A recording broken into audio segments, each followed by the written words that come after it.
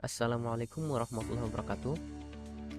Pada kesempatan kali ini, saya akan mempresentasikan produk backlog pada studi kasus pengembangan sistem pengelolaan dan pemantauan proyek dengan metode agile pola Scrum.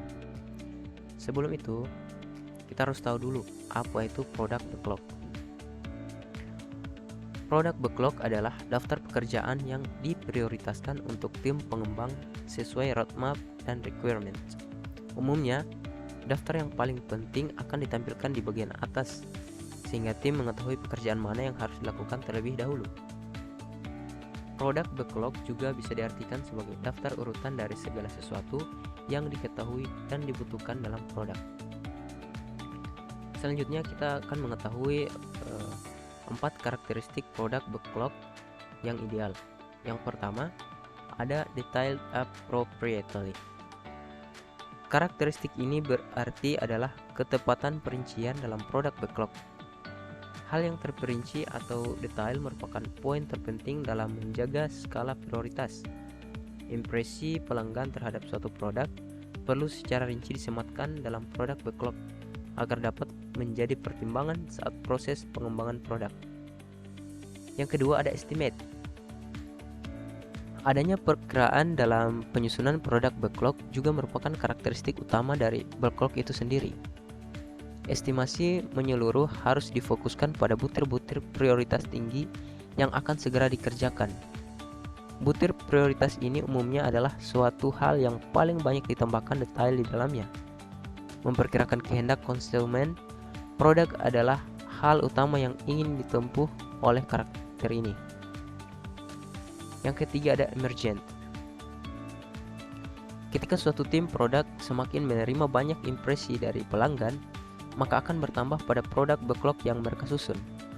Hal ini dikarenakan produk backlog adalah dokumen hidup yang akan mewakili rencana tim produksi hingga suatu waktu tertentu.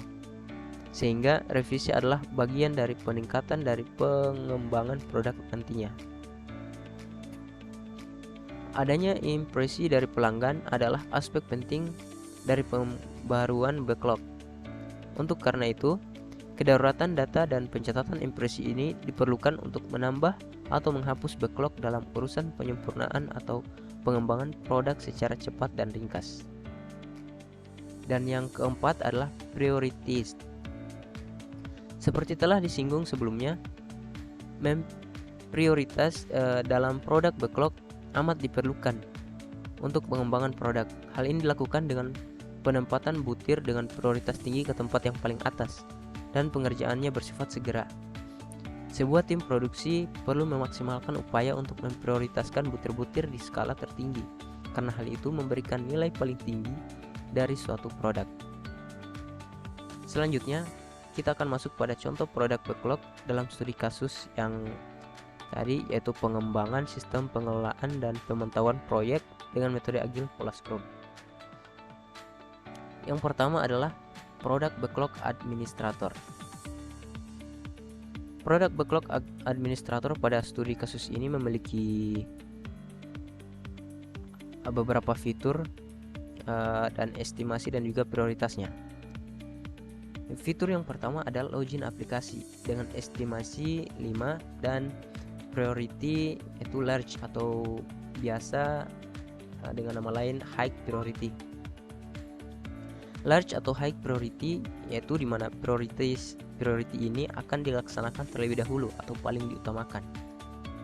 Yang kedua, fitur kedua ada mengelola data jenis proyek dengan estimasi 5 dan priority large. Fitur selanjutnya mengelola data tahapan proyek dengan estimasi 5 dan priority large. Fitur selanjutnya mengelola data PIC proyek dengan estimasi 5 dan priority large.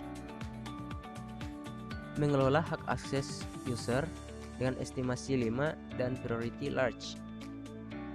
Dan fitur yang ke-6 mengelola data proyek dengan estimasi 8 dengan priority large.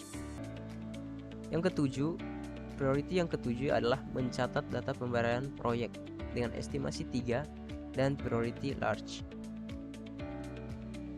Fitur yang ke-8 yaitu mencetak kwitansi pembayaran proyek dengan estimasi 3 dan priority medium. Priority medium di sini adalah prioritas yang akan dikerjakan setelah large.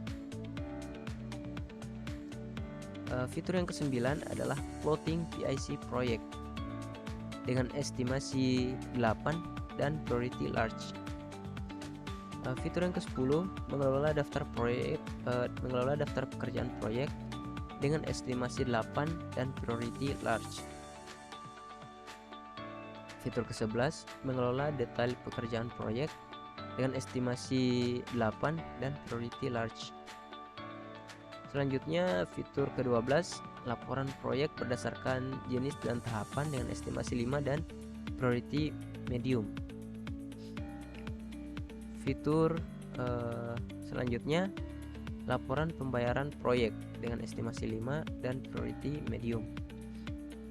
Dan fitur yang terakhir dari produk backlog administrator ini adalah dashboard administrator dengan estimasi 8 dan priority low.